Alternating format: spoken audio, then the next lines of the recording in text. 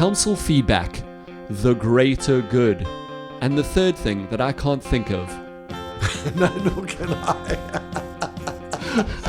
I'm Chris. And I'm Bomber. And you've been listening to... This Week in Sedgefield. Is it we've been listening to, or you're about to listen to? You're about to. We record these intros at the end. That's why it's always confusing. Yeah. It's This Week in Sedgefield. Listen to it, or don't. I don't even care anymore. I want to go home.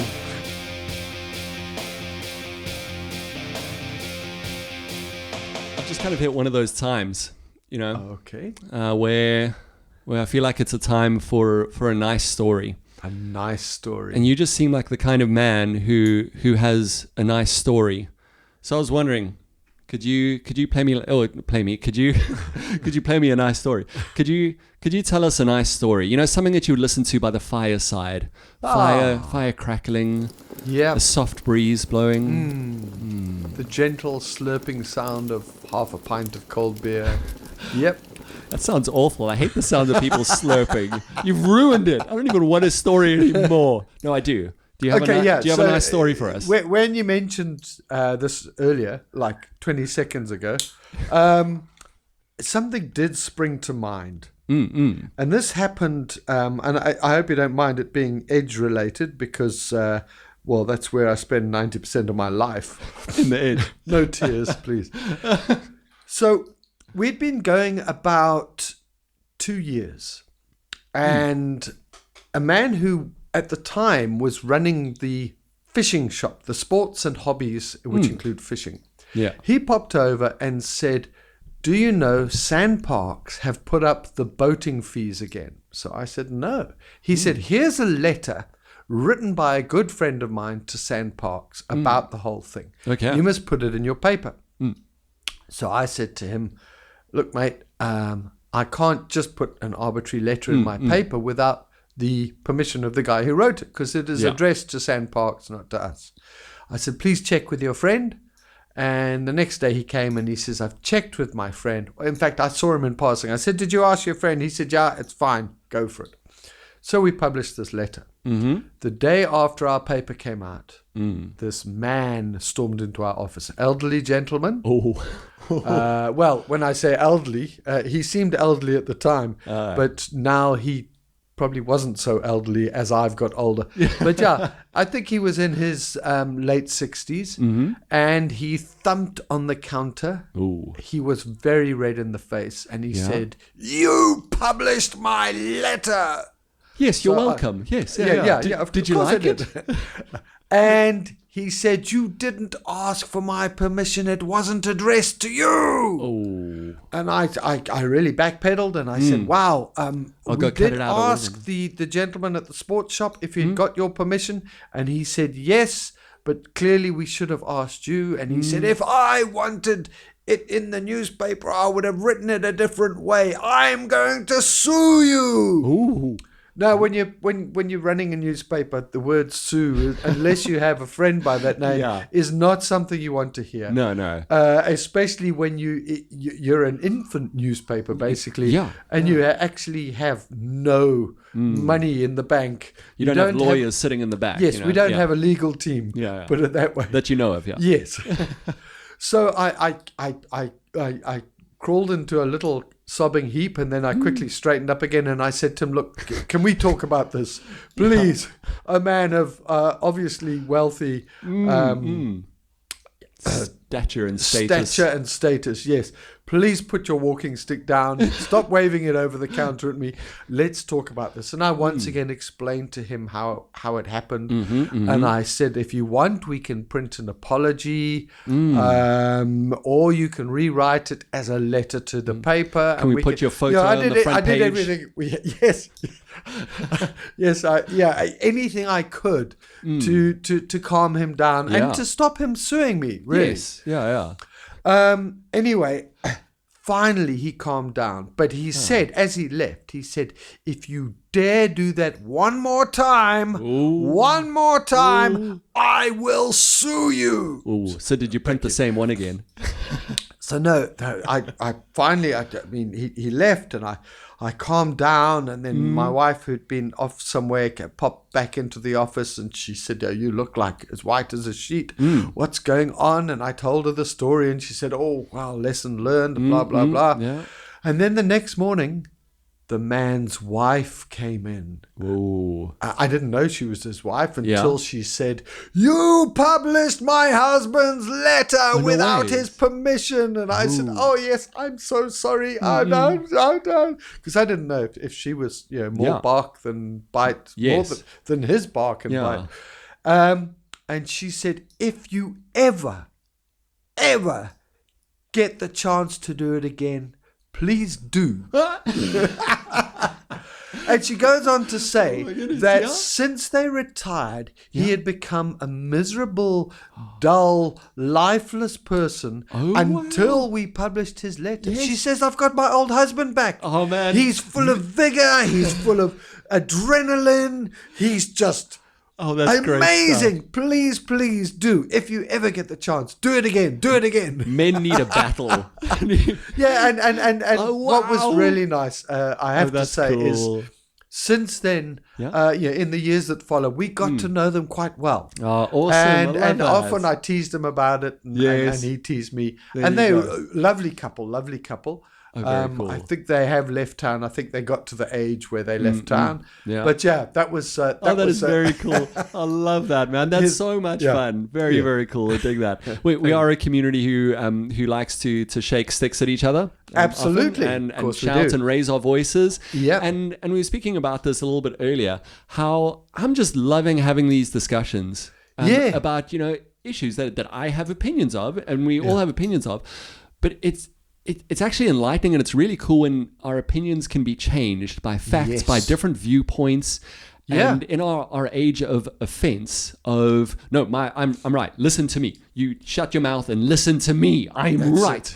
That sure, we can have those, and even if you want to vocalize it like that, but if you listen to the others, there are often really good points that you never even thought of. And maybe it's just my generation, or maybe it's just me, but I'm more prone towards, and maybe it's because of Facebook and how a lot of communication and trying to persuade has come from that and through that, where it's a lot of no, this is the fact, and then you just don't listen after that. You just say your opinion and state it as fact rather, and then that's just kind of where it's left. Yeah. So I'm really just glad and excited for how my mind can be changed on many of these things. And one of the cool avenues for that, or medium for that, around our council was Cleone's feedback meeting. So our ward councillors meeting. Ward 2. Ward 2 councillor, that meeting that happened earlier this week in the town. Tuesday night. That's right. Tuesday night. And it was great to hear some feedback, to hear from the CFO, from the dude who came in place of the acting municipal manager. I don't know what that official title would be or what his was, but it was great to dude. Yeah, the DUDE. DATP. Yeah. Okay. And to hear a bunch of that feedback and what's been going on. So that's been really great. So we asked Cleone for a bit of feedback on it, and she gave us this. To my beautiful Sedgefield residents, the Knysna Municipality Council has approved the Knysna Municipal Local Spatula Development Framework that is in phases. So the purpose of that is to get a 20-year long-term plan of how we envisage our town to be. We also then touched on the burning issues in the community of the Sedgefield Dunes. As I've indicated, very complex situation, many aspects around this. The positive outcomes is that with regards to the solid waste and the cleaning of the dune, we do have a municipal team that cleans the dune once a week. We have also had EPWP workers appointed. The CFO was also in attendance in my public meeting. We touched on feedback on the 2024-2025 budget, the tariff increases. Also, a topic that was discussed was on the new process of application for an agricultural rebate. Good news is that every second Friday, the finance department will be in Sedgefield from 9 a.m. to 12:30 p.m. in the afternoon. Okay, so that was our in a minute. In a minute. And we had to stop it because she was reaching her in a minute. Yes. So let's see if we can get the remainder of that minute in. Let's hear what she has to say. Okay. Good news in infrastructure and money investment.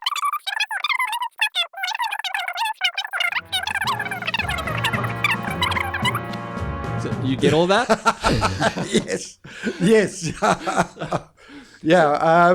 To hold a politician to a minute is no mean feat. No mean feat at all. Not at all. Do you think that was to all of us though? She does address the beautiful Sedgefield residents. Yeah. Well, I think that's a bit worrying because I've never been called beautiful. So I'm wondering if she means the same to the downright ugly Sedgefield residents. No, she was. Are we all included, or is it just the beautiful people? No, it's just us. Yeah. We've both got perfect faces for radio. Yeah, exactly. Okay, so let's chat a little bit about what she was chatting about and some of the things that came from the meeting. A lot of this is covered really nicely in the Edge. A lot of the summaries and a lot of these different kind of parts and opinions and the facts and again, it just helps with our right thinking on it. But let's chat a little bit about something that I was confused about at the meeting, and you've broken it down quite nicely. I think you wrote this article on the LSDF. Yes, yeah, the LSDF. Got a lot of acronyms, yeah. Yes, yeah, the LSDF has got nothing to do with drugs. Oh, good. Lucy in the Sky with Diamonds or anything like that. It's the Local Spatial Development Framework for Sedgefield, basically. Okay, still no idea. Keep going. Okay, so basically, the nice thing is Knysna each town has a framework set up for its growth. Okay.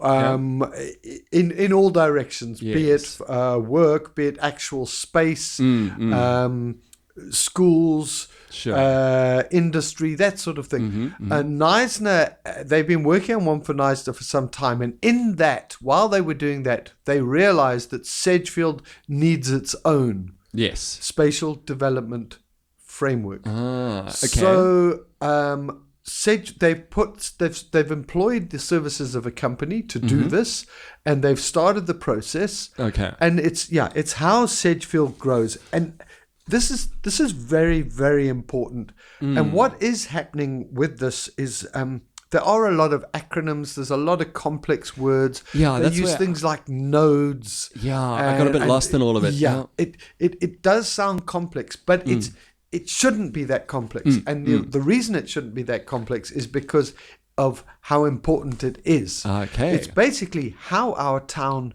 grows, in which direction. You spoke earlier of industrial.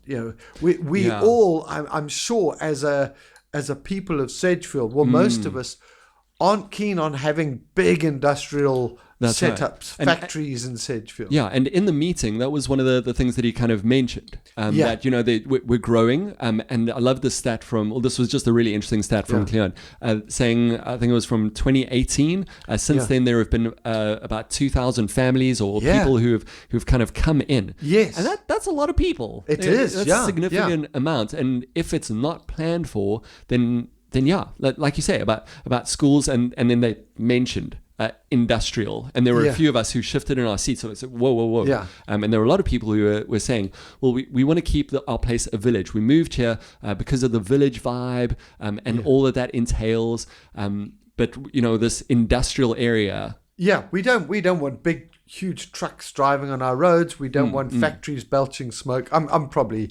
exaggerating here. Yes. But what we do need, a lot of us agree that we need, is something almost light industry. Yes. So a little sort of panel beater. Node. Oh, so that's what a node is. Okay. No, I would say like a small industrial, light industrial hub.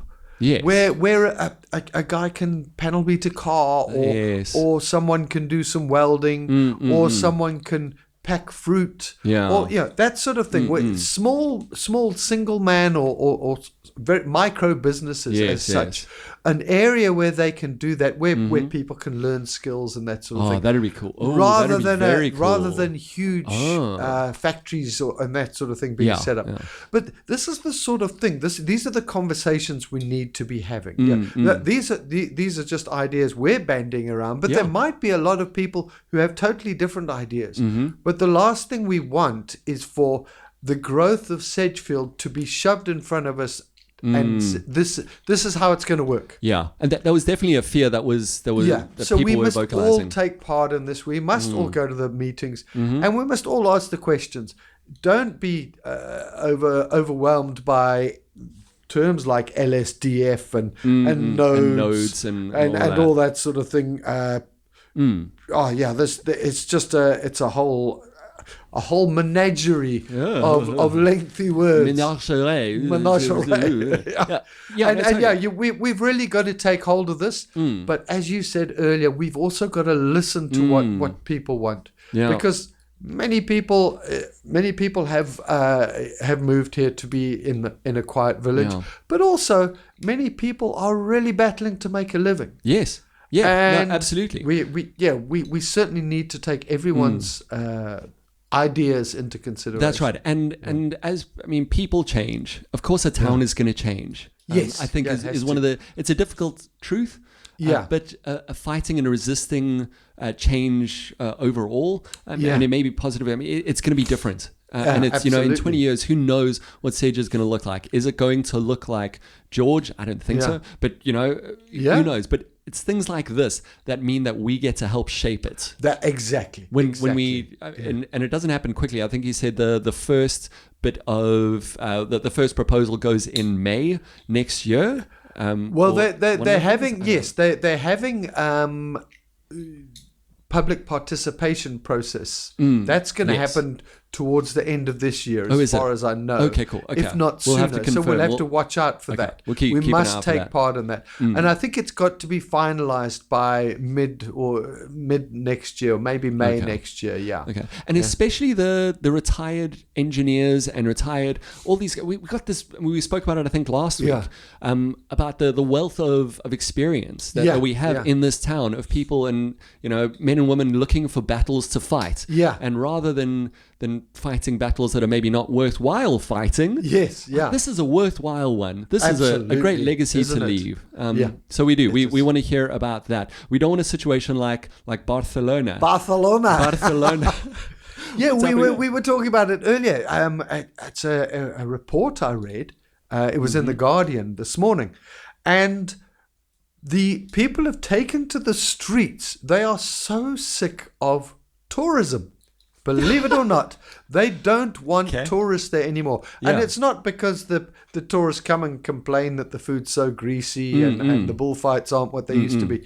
The idea is that because tourism is so big there, all the accommodation is being taken up by tourists, and the tourists, are paying top dollar because they can afford it. They're on holiday, so spending a couple of grand a night for a place to stay isn't out of their budget. And so locals aren't getting any accommodation anywhere. Sure. And the just price for living and just staying, just to stay in, Sure. they can't rent a flat because the flat's Airbnb, or a house is Airbnb. All of these places, wild.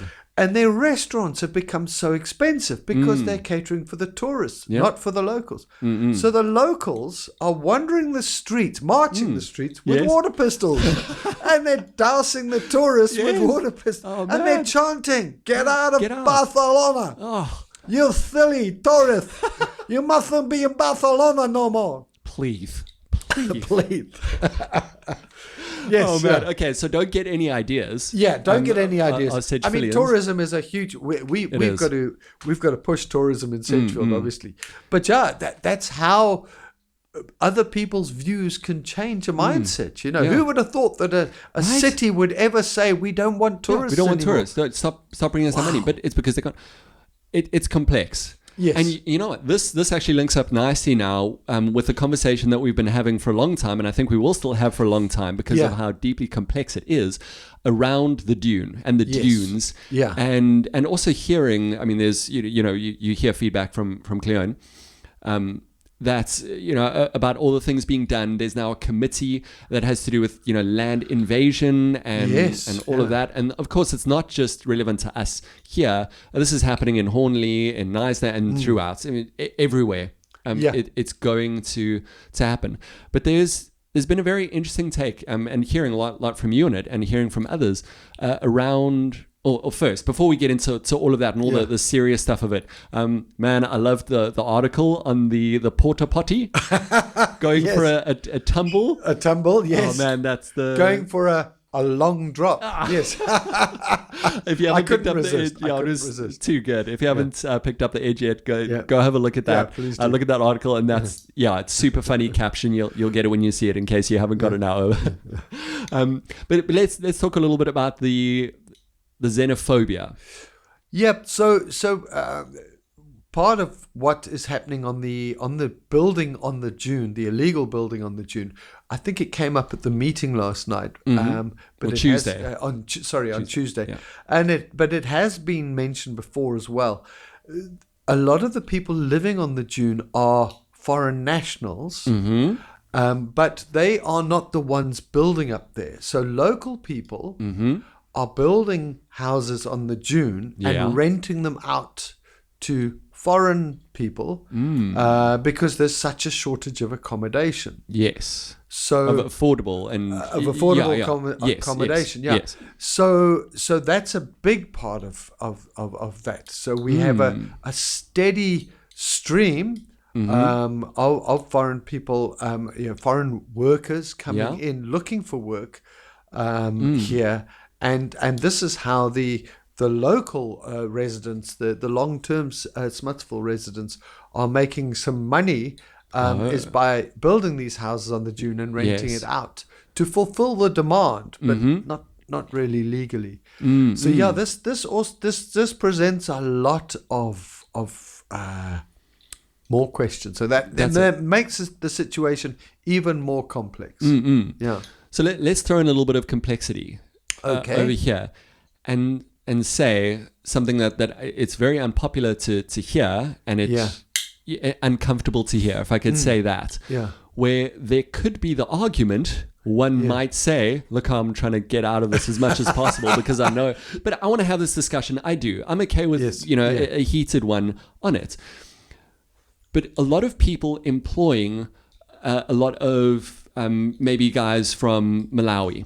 To come and work in gardens, just be as specific as possible, means that locals aren't. And then, something that I would respond to that would be like, well, yes, because the dude from Malawi who's coming in works so hard and works well, and and there isn't as much nonsense sometimes that comes with that. Yeah, and so. There's space for a lot of people to come from maybe Malawi somewhere, wherever it might be, through illegal means. Yeah. And then kind of work there and then be taken. But those are the guys who are building there. So I know. Take it easy. Bomber just dropped his. He's getting ready to fight me. He's got his walking stick out, and I'm gonna get sued. But let's just take it all the way to the end step of this. That are we not then contributing, the ones who are on maybe this side of the dune, are we not contributing to those houses being built on the dune because we are making work and giving money for people who are staying there? Yeah. Does that make sense? It does make sense. It does make sense. Is that unfair to say? No, it's part of the complex problem. It really is. And there's no simple answer to it. There's absolutely no simple answer. A while back, a Mr. Koki, his name was. Mr. Koki? Koki, yeah. Very colourful fellow, yeah? Yeah, that's it.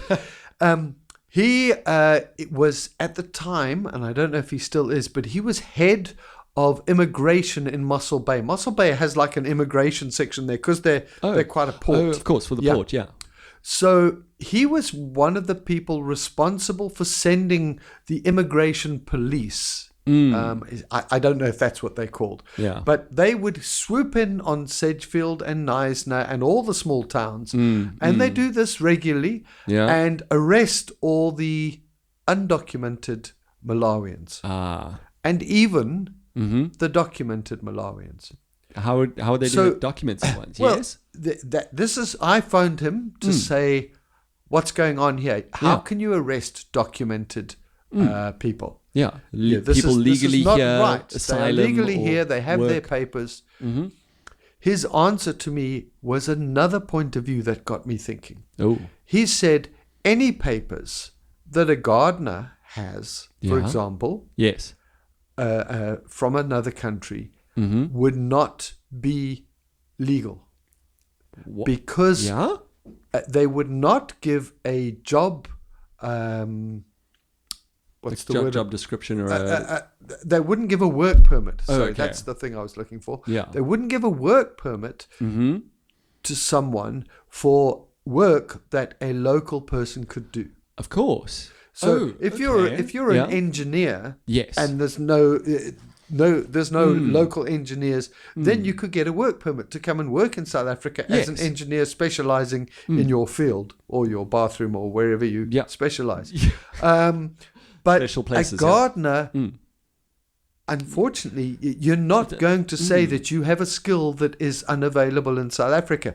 So his idea, his thought process, and he was the one, with all the authority, was that all of these documents were going to be deemed illegal unless they could prove otherwise. Whoa. Now, this could mean a couple of things. This could mean that the person in question with the papers knows they're illegal, has paid a bribe or something, or it could mean that he has gone, and a lot of them go to PE to get their things renewed, their work permits renewed, is that he's gone to the office and been given illegal papers and charged a fee without knowing that they're illegal. In other words, I come here, I give you 3,000 Rand, you give me papers, and this is my work permit. Yeah. So that's a whole nother angle, a whole nother sticky situation. And before we finish on the subject, the other thing that we have to remember is that if they do come and do a swoop, a gathering of foreign nationals, if someone's working for you at the time on your property, you are also arrested and fined. Whoa.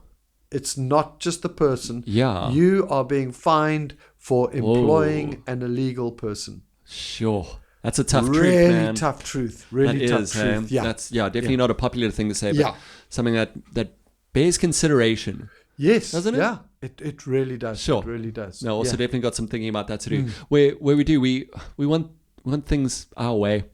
Don't we? Yeah. But I mean, this is exactly what we're talking about with the one of those long acronyms, LSDF. I had to look down at my notes for it. I forgot it. With the development plan, that things are going to change, man. They're going to change, but let's do it together. That's absolutely. Let's have these conversations. Yeah. I loved hearing from the CFO on Tuesday night and hearing CFO, Chief Financial Officer. Yes, that's it. Good. Yeah. Phew. Oh, this is good job. More acronyms. And another cool thing that I learned about that is if we're wanting to have these discussions around, I mean, this had to do with the agricultural, not rezoning, but correct zoning and correct rebates and all of that, which I want to chat about that again now. But he was coming in and saying that their finance people, someone to speak to about all of this to help, is there at the municipal offices every second Friday. Oh, wow. And our local ones, Sedgefield. Oh, that's great. So we can go and we can chat about them. Anything to do with the municipal accounts. And any of these finance things, just to even go ask, and I think have that conversation. I think it would be great to be able to have an understanding. I'm looking forward to it because I've just received an account for 12,000 Rand for water. Whoa. Yeah, that's a lot of water. Quite thirsty there, Bomber. Yeah, My goodness. Need a little sip of water, hey? Oh, a lot of water there. Oh my goodness. Yeah, that's goodness. quite something. Yeah. So yeah, there we go. We know. There we know go. Who I know to who talk to go and speak to. Yes. Very Yeah. good. Oh, Yeah. very very quick one. And just while we're talking about kind of minds being changed on this was a really interesting point that was raised because there were people coming to the meeting who were affected by the agricultural rebate, which we spoke about last week. In effect, if you're a farmer, you get a massive rebate. You only pay 75% rebate. I mean, that's huge. Yeah, You're it only is. paying, Yeah. the remainder of that. But as of the start of July, if you're not actually a farmer, then you pay the full amount. And as we said last time, it's not just, hey, I'm a farmer. It's not just wearing the two-tone shirt. That's it. It's you've got to be The registered courts. with SARS. Yeah. As There's a the farmer. right form and everything like that. Yeah. But again, was it the CFO or the other dude? Anyway, they were saying if you're not sure, then speak to them about it. Like that's go good. and find out, consult about it, because there were subsistence farmers. They said, just farming for me and my family. Would that fall into there? But that SARS is all about that. They'll help with the classification of that. But one of the gents who was also, I mean, we can't say long-winded, but he was, his wind was long, as was everyone's. It's just kind of how it goes. It's tough to put anything in a minute. Yeah. But he was saying, he doesn't get any of the benefits that we do of sanitation, of maybe roads. And I was a lot of the time they don't even get their rubbish collected. That's it. Or they've got to take it to a different point. Yes, all of that. So they're saying, well, we don't get any of the benefits of it. To which the gent up front was saying, okay, your 2 kilometers of road by you maybe aren't looked after as well. Which, by the way, he said that there's probably provincial road, but we'll find out from them, and we'll push if it's not being looked after. But you're still using the 100 kilometers of Knysna roads. And that municipal account pays for all the other infrastructure that's going to go to the rest of the town. That's so it. If we're not paying for it, we're benefiting, and he kind of put it, the other James, as, in an abstract way. But you're benefiting because without it, schools, restaurants, the spa, without water, without infrastructure, it's not happening. I was going to say post office, but that's not a good one, is it? When did that actually work? So I think the term you brought up earlier was greater good. The greater good. The greater good. The greater good. Yeah. Hey, there was the ex-mayor of Sedgefield there, and a few people who were saying, "Hey, we fought on the beaches." For Sedgefield to remain not part of Knysna. Maybe they shouldn't have fought on the beaches. Yeah, I think because nobody else pitched up. Hardly anyone. It was a bit cold, a little bit nippy, so they weren't there. So it was really interesting to hear these. And I would love to have those discussions with those guys. But that was just a really cool kind of one to have. Yeah. And look, I think even, as much as people complain, the fact that the councillor is having feedback meetings. Yeah. That was good, That's... as far as I know, that's a first. The ward feedback meetings, it's only the last few years that we've had them. As far as I know, they're supposed to happen. So it means we're talking about stuff. We shouldn't be going there with long speeches to try and show the councillor up. Yes and amen. Yeah. Yeah, we should go there, ask relevant questions. When I've been at these meetings, I wasn't at the last one because we were on deadline for the newspaper. And you were having a nap, yeah? Nap line. But when I do go to the meetings, I hate to hear, is the council aware that? Because it's supposed to be a question, but it means, is the council aware that? And then they go on. For a long time to tell their sad story about the speed humps not being the right height, or all those sorts of things. But these discussions do yield results. They do. And it's amazing to be in a town where our voices are heard. Not just here on the podcast, of course, but are heard by our councillors on Ward 1 and Ward 2, and that things can change and we can have a hand in it. So we want to hear your thoughts on all of these issues. If you want to shout at me, please do so in a voice note. Bomber, can we give your phone number again? Let me give it out again. You probably know mine. It's 072 516 4701. Oh, very good. Yeah. Oh, wait, you said, so send us any of your thoughts that you have on these, any other kind of... Or comment on the YouTube channel. Yes, that's right. Thank you for those who have dropped comments. And there was one I mentioned to you that someone's like, do you guys have a live stream? We haven't live streamed yet, but I think the next kind of Oyster Festival or let's big do a events, live wouldn't that be stream, cool? Yeah, I've always thought when they say this show was performed in front of a live studio audience, I've never seen one where they performed in front of a dead studio audience. That would probably be pretty nasty, wouldn't it? Yeah. A little bit. Yeah. Oh, well. Well, I did get some feedback. Yes. I did get some feedback from one of our regular listeners. And I didn't tell you this earlier because I wanted it to be a surprise. Yeah. No. What this gentleman said was that, I always say absolutely. Absolutely, yes. Yes, I do. Or I say it far too often, and the deal was or outstanding. Yes, outstanding. Yes, yeah. If I say absolutely without being in discussion in the context, I have to buy you a cup of coffee. Well, one of our listeners has pointed out that you say, "Oh no, fair enough," way too often. Really? Didn't know that. I didn't pick it up. Well, that is fair. That is true. Yes. So that's going to become the reverse thing now. So for every absolutely, I'll buy you a coffee, and for every fair enough, you can buy me a small car or something. Okay. my kids have got a lot of toy cars. It'll be some of those. Maybe I see if they're as delicious as the coffees. Okay, well, fair enough. Fair enough, absolutely. Absolutely fair enough. Mama, thanks so much, man. That's Thank really you very cool. much. It's been great. Yeah.